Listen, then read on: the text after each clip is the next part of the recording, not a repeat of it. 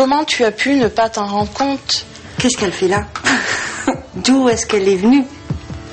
T'es folle. C'est pas possible. T'es dans un rêve, tu vas te réveiller, c'est un cauchemar. Peut-on être enceinte sans en avoir conscience et surtout sans aucun symptôme de grossesse? Virginie l'a appris à ses dépens. Un soir de février 2006, elle est prise de fortes douleurs. Vers 5h du matin, allongée sur son canapé, elle ne peut plus bouger. La jeune femme ne réalise pas tout de suite qu'elle est en train d'accoucher. La première poussée, donc quand j'ai touché en bas, j'ai senti des cheveux. Maintenant je le dis parce que c'était ça, mais comme quelque chose qui avait pourri. Et la deuxième poussée, elle était là. Virginie a fait ce qu'on appelle un déni de grossesse, un phénomène qui ne concerne pas moins de 3000 femmes par an. La première chose aussi, je me suis dit, c'est quand on est enceinte, on le sait. Et là... Silhouette longiligne, ventre plat. Christine en était pourtant déjà à 7 mois et demi de grossesse, sans que personne ne s'en doute. Elle a beau être infirmière, elle n'a rien senti. Jusqu'à une visite de routine chez le gynécologue. J'ai refusé de regarder l'échographie, j'ai pleuré.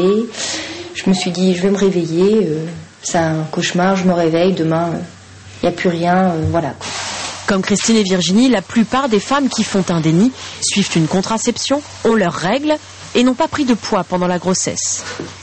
Tous les médecins ont tous été abusés par le fait qu'une grossesse chez une femme qui est en déni de grossesse ne se voit pas. Car en cas de grossesse ordinaire, l'utérus bascule et se développe vers l'avant, ce qui fait le ventre de la femme enceinte. Lors d'un déni de grossesse, l'utérus se développe de façon verticale, à peine perceptible. Le corps est dépendant du psychisme. Le chef d'orchestre dans notre corps, c'est le cerveau. Les différents symptômes sont contrés par l'inconscient de la femme pour ne pas qu'il y ait un changement de sa silhouette. Un déni de grossesse encore très méconnu. Ces femmes sont souvent accusées de dissimulation. Le papa a préféré partir parce que pour lui, je l'avais fait dans le dos. Je l'ai beaucoup entendu, elle l'a fait exprès, elle le savait, elle lui a fait un bébé dans le dos, voilà, beaucoup de phrases comme ça, très dures. La réalité de la grossesse n'est pas supportable pour une raison que nous ne connaissons pas et que la femme elle-même ne connaît pas, n'est pas supportable à cette femme et donc quelque chose va se bloquer dans son esprit, dans son mental, qui fait que les signes n'apparaissent pas et que s'ils apparaissent, de toute façon, elle les interprète mal.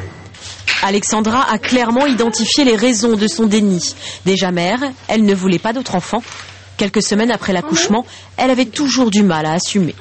Le premier mois, je ne l'acceptais pas, je ne la regardais pas. Elle pouvait très bien pleurer à côté de moi. Je m'en fichais, je ne la regardais pas, je ne la prenais pas pour la consoler, ni quoi que ce soit. La jeune mère a créé ensuite des liens précieux avec sa fille. Un déni qui finit bien, car dans des cas extrêmement rares, lorsqu'une femme accouche sans en avoir conscience, le refus est tel qu'elle commet l'irréparable, l'infanticide. Il n'y a pas d'enfant, j'ai accouché mais il n'y a pas d'enfant. Et j'arrête le bruit. Ce contexte permet de comprendre des gestes fous, effectivement, que certaines mères font, comme de mettre le bébé tout de suite par la fenêtre ou de l'étrangler ou des choses comme ça. Alexandra, Virginie et Christine assument aujourd'hui parfaitement leur maternité, même si de temps en temps la culpabilité refait surface et la crainte qu'un nouveau déni ne se produise.